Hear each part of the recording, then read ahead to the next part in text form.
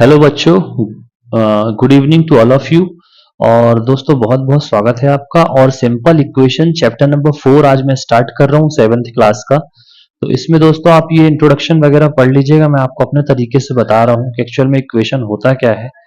Equation का दोस्तों देखिए मतलब होता है एक प्रकार का कॉम्बिनेशन होता है सम वेरिएबल्स और कांस्टेंट का।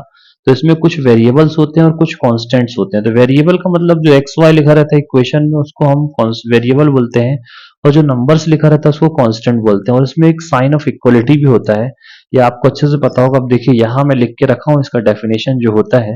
ये देखिए चैप्टर नंबर 4, तो 7th क्लास के बच्चे थोड़ा अलर्ट हो जाएं। और चैप्टर नंबर 4 आइए स्टार्ट करते हैं। देखिए इसका इक्वेशन जो है, इसका जो परिभाषा है वो क्या है, डेफिनेशन। डेफिनेशन देखिए अकॉर्डिंग टू सिंपल इक्वेशन क्या होता है। An equation which have some variable and constant, जिसमें कुछ वेरिएबल हो कुछ कांस्टेंट हो with sign of equality, it is called equation. ध्यान रखिएगा, ऐसा इक्वेशन जिसमें कुछ सम वेरिएबल हो और कुछ कांस्टेंट हो, तो और उसमें साइन ऑफ इक्वलिटी भी हो। कंपलसरी है ये तीन चीजें होना, ध्यान दीजिएगा। एक वेरिएबल होना चाहिए, दूसरा कांस्टेंट होना चाहिए और साइन ऑफ इक्वलिटी होना चाहिए। तो अब हम आपको समझाते हैं। जैसे आपको दिया है 3x plus 4 equal to 8, suppose ये आपको एक क्वेश्चन दिया है, इक्वेशन दिया है। तो ध्यान रखिएगा इसमें देखिए ये x भी है यानी कि ये वेरिएबल है, और जो ये नंबर्स दिख रहे हैं आपको, दीज आर द कांस्टेंट। तो ये 3 4 8 जो ये नंबर दिख रहा है इसको कांस्टेंट बोलते हैं, और जो ये x है इसको वेरिएबल बोलते हैं। तो यहाँ y भी लिख सकता है वो, तो x y z कुछ भी ले सकता है, या p भी ले सकता है। तो वो उससे कोई फर्क नहीं पड़ता। कई बार m लिख के दे देगा तो उससे कोई फर्क नहीं पड़ेगा, वेरिएबल आप कुछ भी ले सकते हो। ठीक है, ये ध्यान दीजिएगा। अब यहाँ देखिए जो एक्चुअल डेफिनेशन है इसकी सिंपल इक्वेशन की वो क्या बनेगी। तो आपको भी नाम से भी पता चल रहा होगा, सिंपल इक्वेशन का मतलब कि साधारण समीकरण जो ज्यादा कॉम्प्लिकेटेड ना हो उन्हीं को सिंपल इक्वेशन बोलते हैं।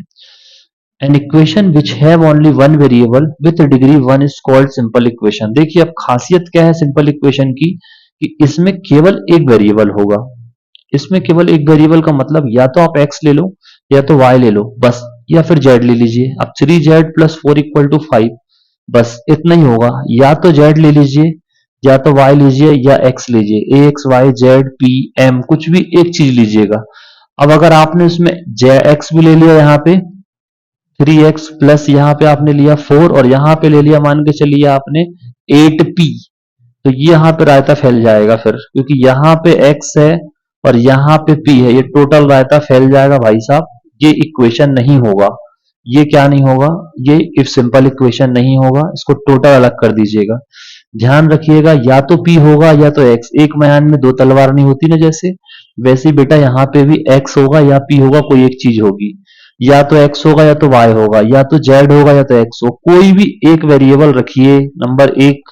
नंबर दो, उसकी पावर एक होनी चाहिए। अब जैसे मान के चलिए आप लिखिए 3x स्क्वायर, आपने पावर तो एक रखा, तो एक ही चीज, लेकिन पावर 2 रख दी, पावर 3 रख दी, पावर 4 रख दी, तो भी ये सिंपल इक्वेशन नहीं होगा। आपको पावर एक रखना है, यानी सिंपल 3x रखना है, x की पावर में कुछ नहीं रखना है। पावर का मतलब समझते हैं बच्चों आप लोग कि नहीं। तो 3x की पावर ये होती है, जैसे यहाँ 2, यहाँ कुछ नहीं होना चाहिए, ऐसा होना चाहिए 3x सिंपल। समझ पा रहे हैं, पावर यहाँ 3 नहीं होना चाहिए, 2 नहीं होना चाहिए, सिंपल x हो। तो 3x जब ऐसा रहता है तो इसको एक माना जाता है, यानी इसकी पावर 1 है। बात समझ में आ गई। अब समझिए हिंदी में क्या बोल रहा है। ऐसा समीकरण जिसमें केवल एक चर हो, यानी कि वेरिएबल, चर मतलब वेरिएबल हो, उसकी अधिकतम घात एक होती है, उसे सरल समीकरण कहते हैं। इसका स्टैंडर्ड इक्वेशन यानी कि ये इसका जनरल फॉर्म होता है standard equation ax plus b equal to 0। तो अब देखिए जो इसका LHS साइड है, लेफ्ट हैंड साइड बोलते हैं उसको, और बराबर के उस तरफ इक्वल के राइट हैंड में इसको राइट हैंड साइड बोलते हैं, जहां जीरो है इसको RHS बोलते हैं। और ax प्लस बी ये LHS साइड है, इसमें दोनों साइड्स इक्वल आती है, इसको साइन ऑफ इक्वलिटी बोला जाता है। That's why it is called equation, इसीलिए इसको इक्वेशन बोला जाता है। ये हमने एग्जांपल दी है 2x प्लस 3 इक्वल टू 7, ये एक इक्वेशन है। 3x plus 1 equal to 0 equation है। 2x minus 5 equal to 0 equation है। अब ध्यान रखिए x बराबर वेरिएबल होता है, ए बी बराबर होता है कांस्टेंट। अब आइए एक्सरसाइज पे। तो ये इंट्रोडक्शन हो गया। अब एक्सरसाइज में देखो आपको यहाँ पे एक टेबल दी गई है। तो टेबल में क्या दिया गया है, पहला क्वेश्चन आपको दिया ना, x प्लस 3 इक्वल टू 0 एक इक्वेशन है, और बोल रहा है कि x इक्वल टू 3 क्या इसका वैल्यू होगा।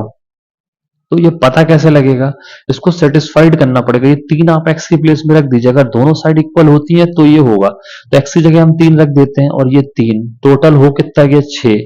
तो ये 0 के बराबर कहाँ है, ये नॉट इक्वल आ रहे हैं। 6 इज नॉट इक्वल टू 0, इसका मतलब नो। लिख दीजिए नो। यहाँ पे आप लिखना पड़ा no it is not a solution of this given equation, यानी आप लिखेंगे no it is not a solution of the given equation, खत्म। अब दूसरा मैटर समझिए, जैसे आपको बोल रहा है x plus three equal to 0 और x बराबर आपको दे दिया 0। सेकंड देखिए आप टेबल में दिया है नंबर, तब यहाँ 0 रखिए x की जगह, ये 0 रखा, ये 3 बराबर 0, इसमें भी फिर आ रहा 3 इज नॉट इक्वल टू 0, 3 है और 0 कितना होगा 3 होगा, फिर ये 0 के बराबर नहीं है, इसका मतलब फिर नो लिख दीजिए। No it is not a equation of x बराबर 0 is not a solution of the given equation, ये 2 नंबर का सोल्यूशन नहीं है। और बताइए, अब देखिए इसके बाद जैसे आपको यहाँ दिया गया है x plus three 3 number question में टेबल में देखिएगा इक्वल टू 0 और यहाँ दे दिया x इक्वल टू -3। तो अब देखिए अब ये x इक्वल टू -3 रखिए, यहाँ ये -3 रखा, ये +3 रखा इक्वल टू 0। यस, ये कट जाएंगे आपस में, 0 0 आ गया, यानी दोनों साइड बराबर आ गई। LHS बराबर क्या आ गया RHS, इसका मतलब है कि ये इसका सोल्यूशन है। यस लिखेंगे अब क्या लिखेंगे आप, यस। यानी ये टेबल में देखिए आपको यहाँ लिखना पड़ेगा नो, फिर लिखेंगे नो, लेकिन जैसी -3 हमने रखा इस वाली इक्वेशन में तो खट से क्या आएगा answer, yes it is a solution of the given equation. अब ये x बराबर 7 आप रखेंगे इसमें, तो आपको खुद पता चलेगा क्या आएगा। तो ऐसे आपको प्रैक्टिस करना पड़ेगा बच्चों। जैसे आपको दिया है x4, तो क्वेश्चन जो दिया है वो दिया है x-7 बराबर 1 और आपको x की वैल्यू दे रही है 7, तो रख के देख लीजिए 7 7 माइनस 7, तो 7 माइनस 7 0 होता, 7 में 7 के 0 बचा, ये 1 नॉट इक्वल है। ये नॉट इक्वल का साइन ऐसा होता, बराबर लगाइए और ऐसा कर दीजिए, नॉट इक्वल हो जाएगा, तो ये नो आ जाएगा इसमें भी, ठीक। और देखिए जैसे 5x दिया है आपको, 5x बराबर दिया है 25, ये क्वेश्चन नंबर 6 दिया है। अब इसमें आपको x बराबर 0 बोल रहा है, तो आप रखिए ना x बराबर 0, ये 0 रखा और ये 25 यहाँ 0 हो जाएगा पूरा, और ये 25 नॉट इक्वल आ रहा है, फिर नो हो जाएगा। नॉट इक्वल जब तक आएगा 0 हो जाएगा, ध्यान रखिएगा।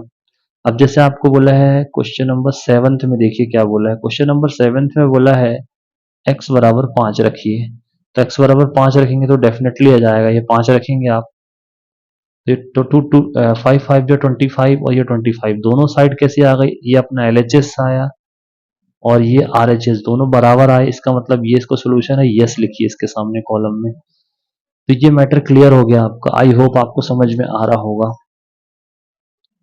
अब इसके बाद 11 नंबर एक क्वेश्चन दिया है आपको कि m/3 बराबर 2 दिया है, तो m की जगह 6 बोला है रखिए, m की जगह क्या रखिए 6, तो 6 रख दीजिए, 6/3/2, तो 3 बन जाए 3, 3 2 जा 6, यानी 2 बराबर 2 आ गया ना काटने पे, तो इसका मतलब यस ये इसका सोल्यूशन है। दूसरा इसके बाद क्वेश्चन नंबर 2 देखिए, वो मैं आपको सॉल्व करके दिखाता हूँ क्वेश्चन नंबर 2 कैसे सॉल्व करना है।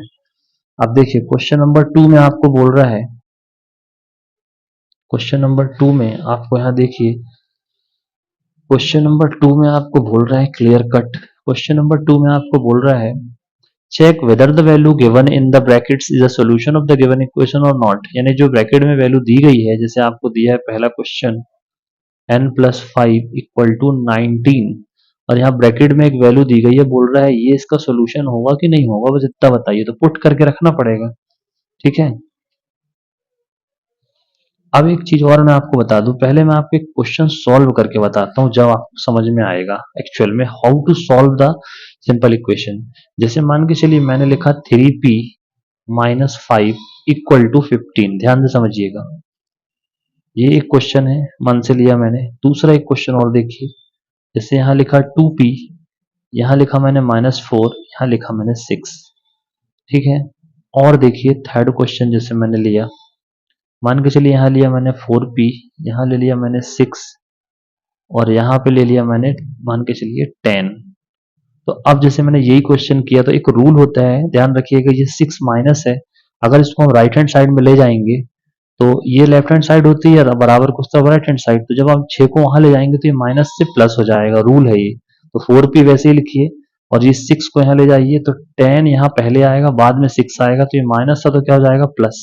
अब 10 और 6 कितना हो जाएगा 16 और 4p, और रूल है कि जब ये 4 इंटू में है p के साथ तो अपॉन में जाता है, तो p बराबर कितना होगा 16/4, डायरेक्ट अपॉन में आएगा।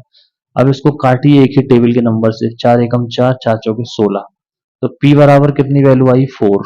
तो ऐसे सॉल्व किया जाता है।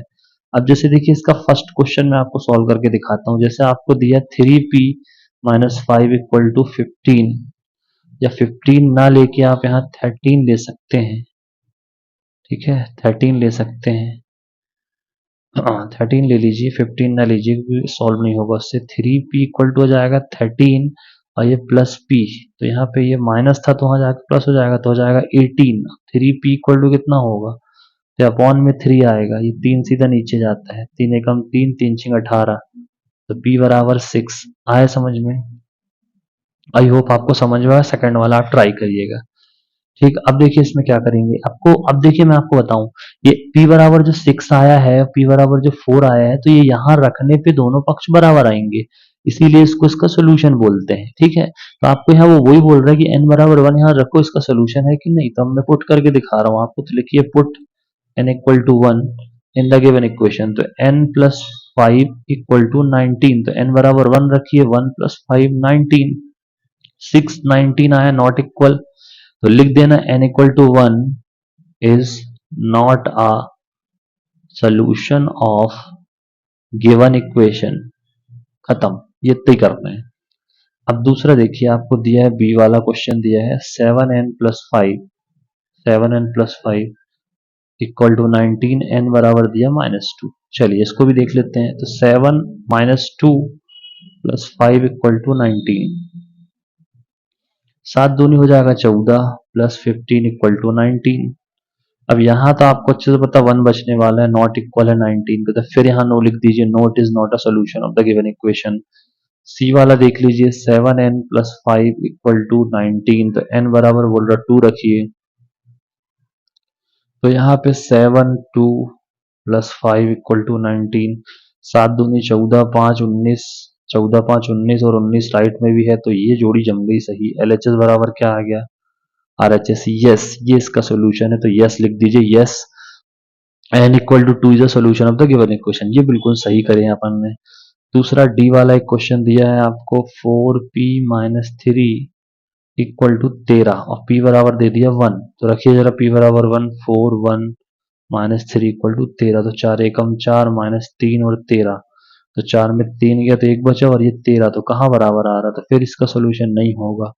ठीक है, इसके बाद ई वाला देखिए 4p माइनस 3 इक्वल टू 13 और p बराबर कितना है -4, तो यहाँ रखिए जरा -4 माइनस 3 इक्वल टू 13, ये माइनस माइनस कितना हो जाएगा, 4 चौको 16 माइनस 3 इक्वल टू 13, तो ये 16 3 19 हो जाएगा, जो कि बराबर नहीं है, तो ये भी इसको सोल्यूशन नहीं होगा। आई होप आपको समझ में आ रहा होगा।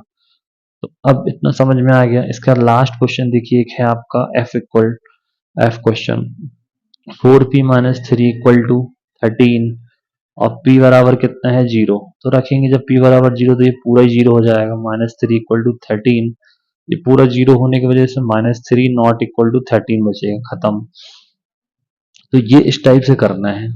ठीक है, अब दूसरा मेथड एक और मैं आपको बता रहा हूँ, इसमें दिया गया है ट्रायल एंड एरर मेथड। जो मैं आपको अभी ये क्वेश्चंस बताए उसको ट्रांसपोजिंग मेथड बोलते हैं। इसको कौन सी मेथड बोलते हैं, ट्रांसपोजिंग मेथड, डायरेक्ट ट्रांसपोज करना, यानी नंबर्स को हम यहाँ वहां ले जा रहे हैं, राइट में ले जाके सॉल्व कर रहे हैं, इसको बोलते हैं ट्रांसपोजिंग मेथड या ट्रेडिशनल मेथड। लेकिन एक ट्रायल एंड एरर मेथड दी है आपसे क्वेश्चन नंबर 3 में पूछा है। उसके पहले मैं आपको स्टेटमेंट फॉर्म और मैथमेटिकल फॉर्म बताता हूँ। देखिए क्वेश्चन, थैंक यू, अभी अपन देखते हैं अगले वीडियो में इसको करेंगे। Thank you very much.